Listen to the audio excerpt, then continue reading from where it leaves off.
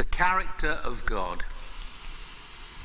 The purpose of this talk is to explore God's character and what this character means for us in the church, means for the whole church. Now, living in the Western world, the fact that we often forget, or in many cases don't even know, is that the Christian faith, our faith, originated in the Middle East. Christianity isn't Western at all. It's Middle Eastern. And it's Jewish in its origin. Our Reformed Christian tradition grew out of late medieval Western Latin Christianity.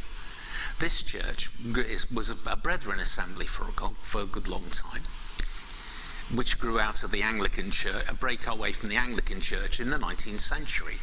The Anglican Church broke away from the Roman Catholic Church in the 16th century.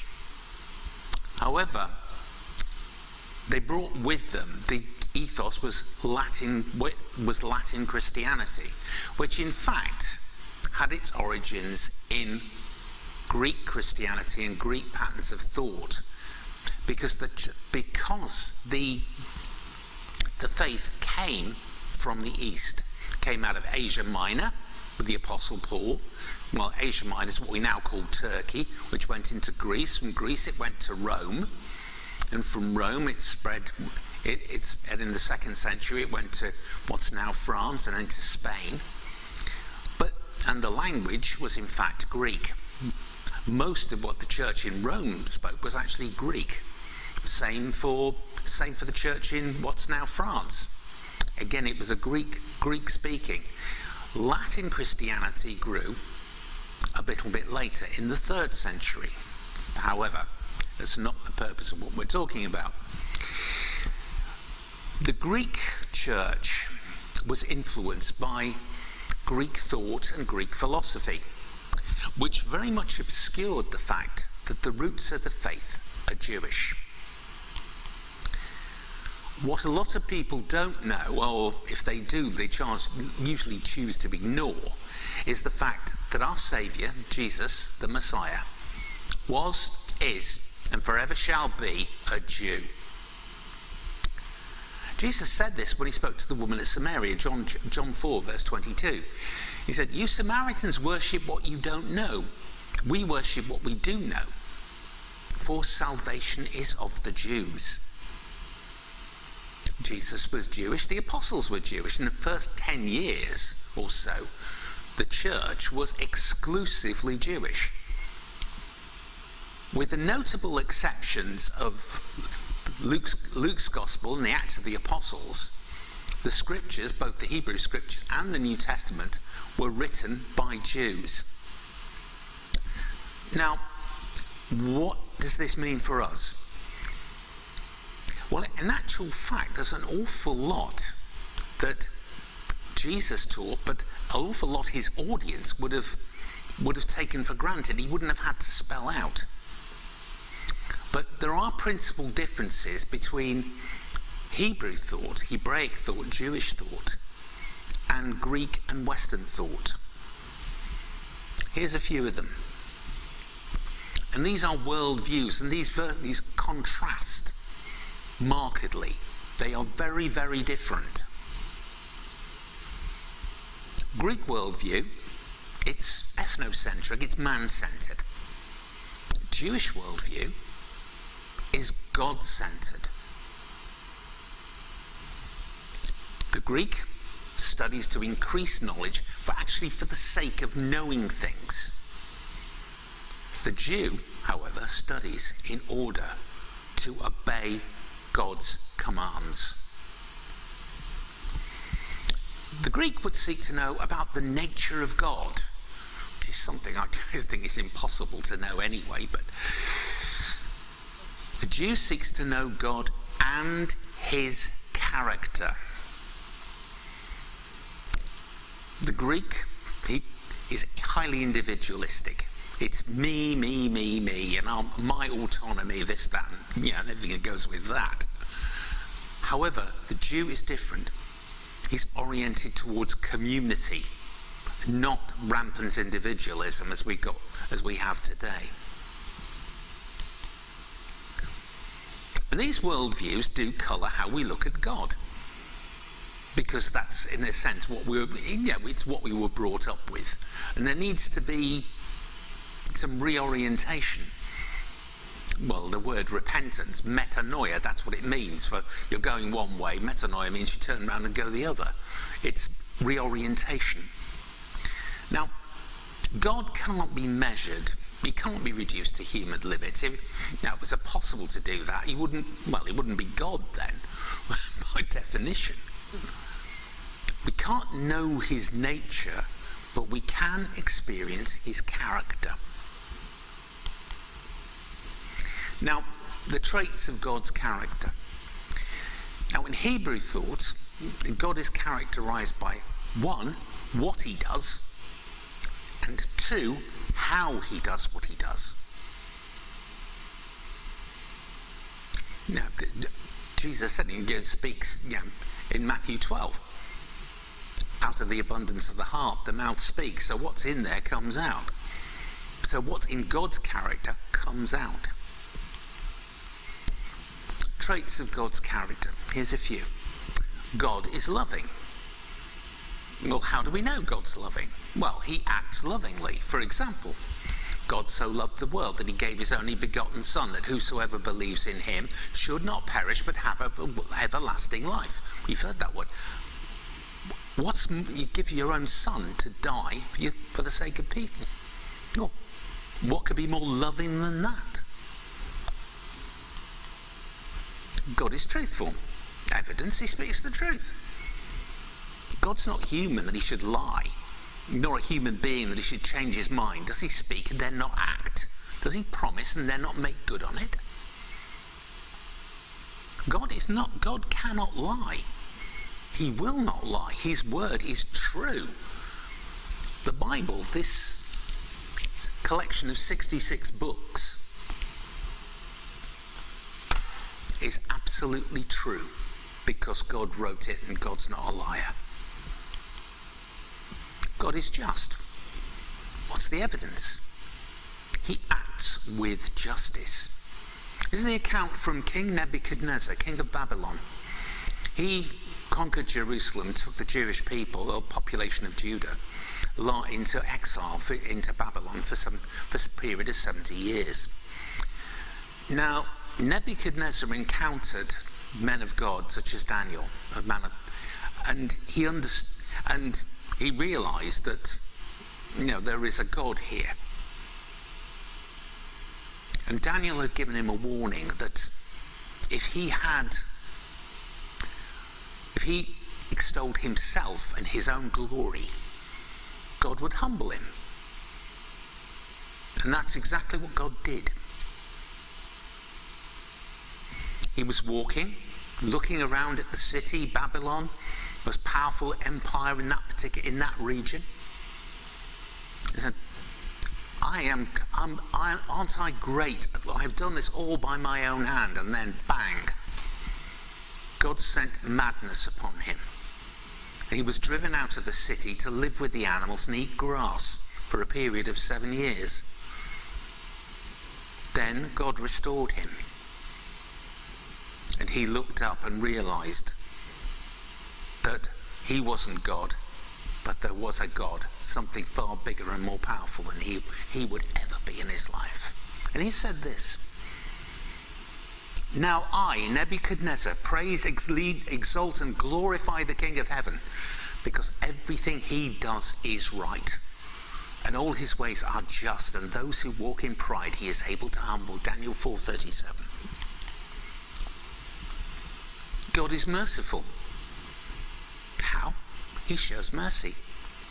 Who is a God like you, who pardons sin and forgives transgression of the remnant of his inheritance? You do not stay angry forever, but delight to show mercy. So wrote the prophet Micah. Traits of God's character again. God gets angry. Now, there's nothing No, God says, be angry and sin not. We can be angry. We can be indignant. And God was. I'll come to the evidence for this a bit later, but this is about the Jewish people, the people he just brought out of Egypt. I have seen these people, the Lord said to Moses, and they're stiff-necked people. Now leave me alone, that my anger may burn against them, and that I may destroy them. Then I will make you into a great nation. Moses persuaded God not to do that. But there was disobedience and idolatry, which I'll come to a little bit later, and you'll understand why. God is a forgiving God. He extends forgiveness. Psalm 130, verse 4. But with you there is forgiveness, so that we can, with reverence, serve you. And God is trustworthy. What's the evidence? He keeps his covenants. I also established my covenants with them to give them the land of Canaan, where they resided as foreigners. Moreover, I have heard the groaning of the Israelites whom the Egyptians are enslaving, and I have remembered my covenant. Exodus. The practical aspects of God's character are best demonstrated in relationship with the Jewish people. This relationship has been, at times, a very stormy one. It involves God bringing his people into a land which he'd promised them, then exiling from it when they were disobedient. He would then restore them until they were exiled yet again. However, they were not destroyed. They survived and prospered. And through the Jewish people, God demonstrates his love and practical concern for a fallen, sinful world. God had a plan of salvation, and in order to be able to fulfill it, he had to create a people group by which he could demonstrate his love and his purposes. He created a people for himself. He gave them their laws, he gave them their customs, mores, and a framework of worship and conduct, so they could demonstrate his practical love and what it meant to live in relationship with him. It began with the call of a man called Abram in Genesis chapter 12, 1 through 3. The Lord said to Abram, he wasn't called Abraham then, go from your country, your people, your father's household to a land I will show you, make you into a great nation, and I will bless you and make your name great, and you will be a blessing. I will bless those who bless you, and whoever curses you, I will curse. And all peoples on the earth will be blessed through you. This was cemented and confirmed in Genesis chapter 17, when God made his covenant with Abram. He changed his name to Abraham, which means father of many nations. No longer will you be called Abraham. Your name will be Abraham, for I have made you a father of many nations. I will establish my covenant as an everlasting covenant between me and you and your descendants after you for the generations to come. The whole land of Canaan, where you now reside as a foreigner, I will give to you as an everlasting possession, to you and your descendants after you, and I will be their God. Now, God had established his covenant with Abraham, and that was renewed with Isaac, and then renewed with Abraham's grandson, Jacob. The Israelites prospered and multiplied in Egypt until the Egyptians enslaved them. They cried out to God, and he remembered his covenant. Again, as we said, God keeps his covenants. And repeating, I also established my covenant with them to give them the land of Canaan, where they resided as foreigners. Moreover, I have heard the groaning of the Israelites, whom the Egyptians are enslaving, and I have remembered my covenant. However, the Israelites forgot that covenants are conditional upon obedience to God's commands.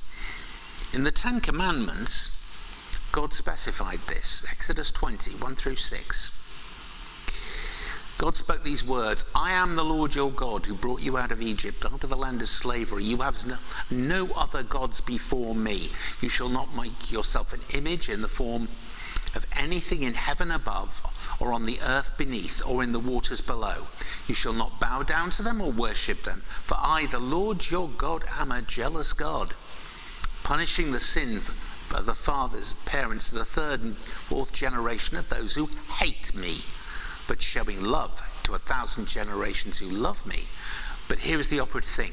Keep my commandments. The Israelites were soon to find out what disobedience meant.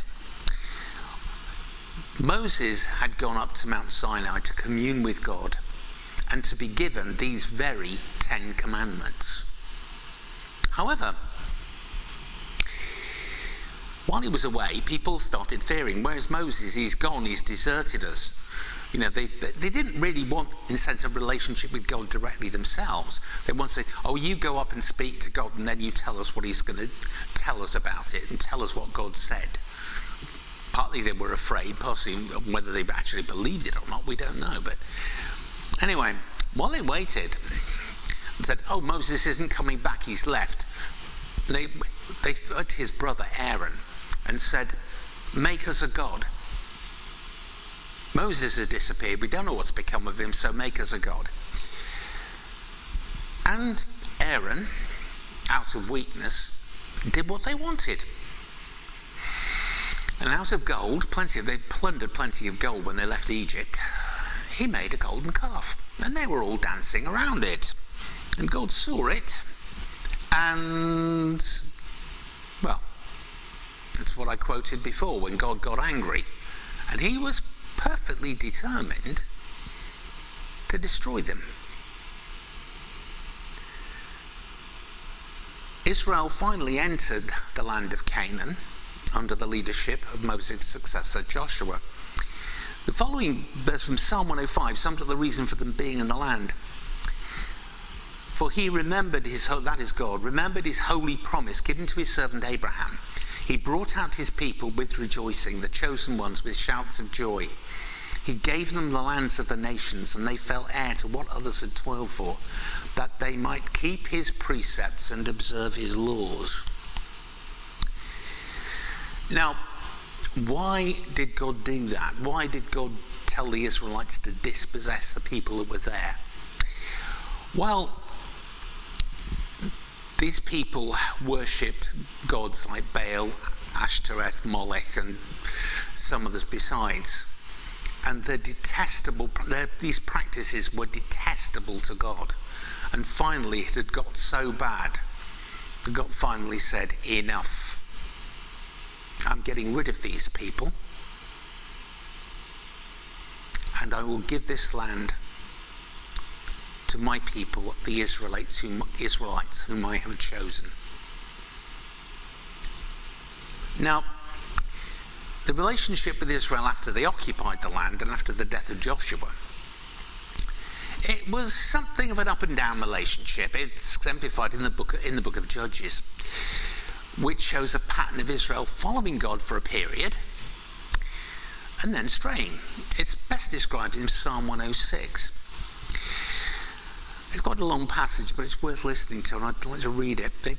They did not destroy the peoples as God had commanded them, but they mingled with them, the nations, and adopted their customs. They worshipped their idols, which became a snare to them. They sacrificed their sons and daughters to false gods.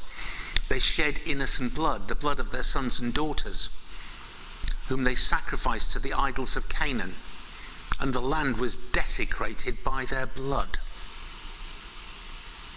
They defiled themselves by what they did, by their deeds. They prostituted themselves. Therefore the Lord was angry with his people and abhorred his inheritance. He gave them into the hands of the nations, and their foes ruled over them. Their enemies oppressed them and subjected them to their power. Many times he delivered them, but they were bent on rebellion, and they wasted away in their sin. Yet he took note of their distress when he heard their cry, and for their sake he remembered his covenant, and his great love he relented.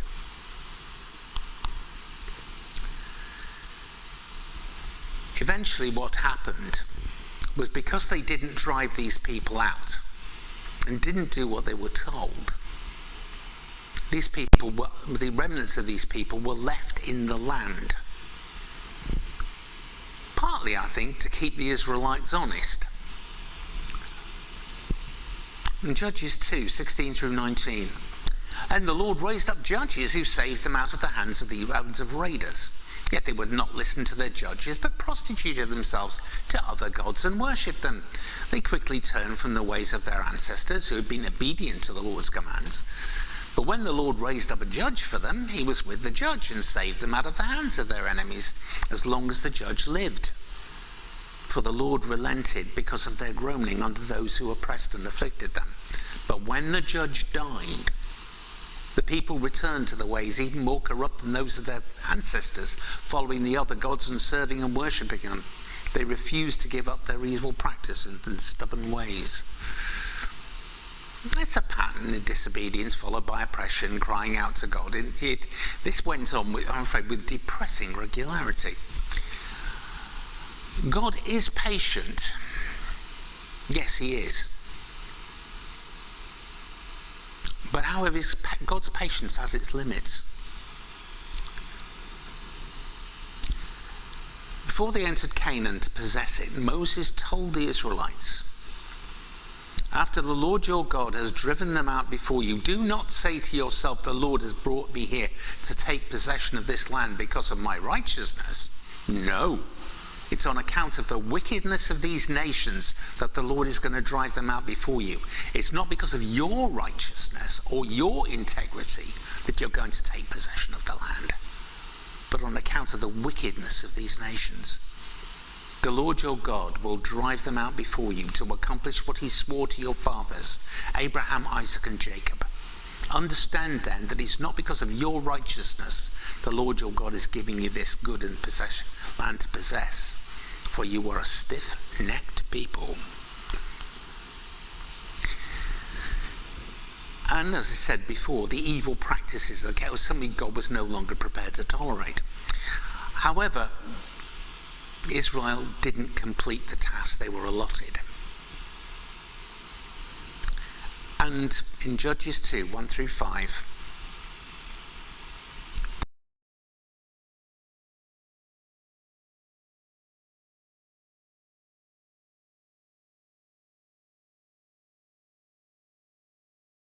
I said, I will never break my covenant with you, and you shall not make a covenant with the people of this land, but you shall break down their altars, yet you have disobeyed me. Why have you done this? And I have also said, I will not drive them out before you. They will become traps for you, and their gods will become snares to you. When the angel of the Lord had spoken these things to all the Israelites, the people wept aloud, and they called that place Bokim. There they offered sacrifices to the Lord.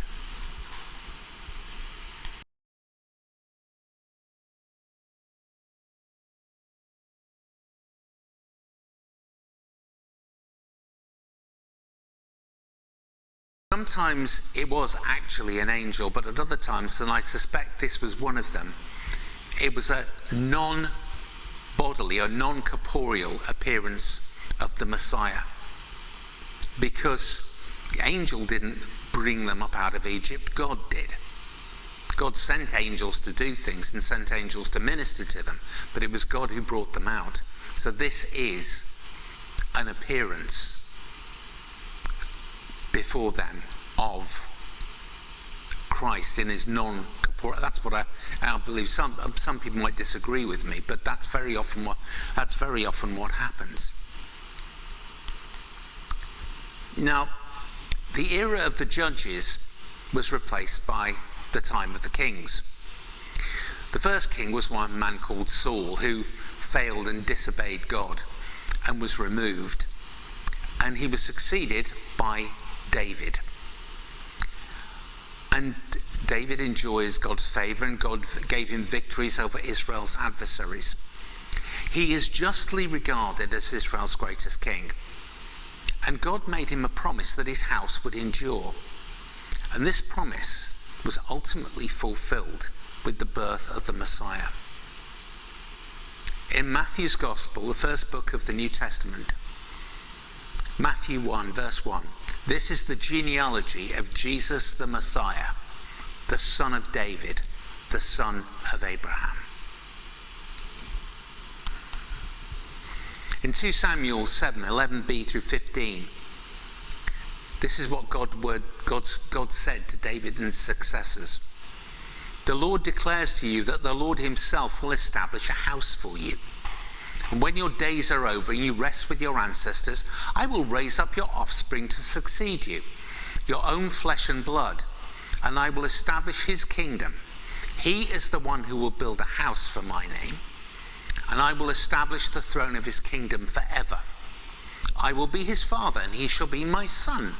And when he does wrong, I will punish him with a rod wielded by men, with floggings inflicted by human hands. But my love will never be taken away from him, as I took it away from Saul, whom I removed from before you. Your house and your kingdom shall endure forever before me, and your throne shall be established forever. And God keeps his word, and he has kept his word. Because David, the son of David, is the Messiah who will return to rule the earth for 1,000 years. However, despite God's relationship with David, people were never really devoted to keeping God's commands. And this we can see parallels to this in our own day. The people worshipped at the altar of 3 particular deities. First was Baal, a fertility god, a god of the harvest. And Baal represents materialism. And if you look around at the world around us, and especially in this country, the United States, Western Europe, materialism abounds. You know, greed for money, possessions, houses. People have enough, but they always want more. The second is Baal's female equivalent, Ashtoreth or Asherah. And Asherah was the fertility goddess. And Ashtoreth's rites, some of which were orgiastic and obscene. Temple prostitution, immorality, homosexuality, child abuse of the worst kind. And what do we see around us now? We had the sexual revolution in the 60s, and what has it brought? You've now got same-sex marriage, totally against God's order. And we've got the trans agenda running rampant in our schools. This is the worship of Ashtoreth. This is the worship of the Baals. And last upon this list, and probably the worst, was Molech, the detestable god of the Ammonites. You want an image of Molech, you're sitting around with the image of a bull holding arms outstretched with a bowl where a fire burned. And people would bring their infant children to be sacrificed alive to Molech, to appease the gods, to ask for fertility, to ask for harvests. And as God said, I think, but we check back to what I said earlier, the land is desecrated. The land is cursed because of them. The shedding of innocent blood, something God never, ever, ever wanted. And we look at it today. What have we got? Abortion pills. Sacrifice of children on the altar of convenience. God is angry with any nation that does this. And he's certainly angry with this one.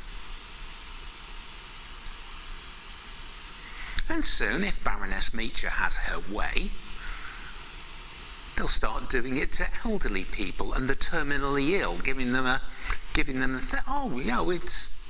why don't you just end the pain, and then it'll move on to maybe people with learning difficulties. And that's one slippery slope we don't want to go down. But we're prey to it because of this worship of Molech.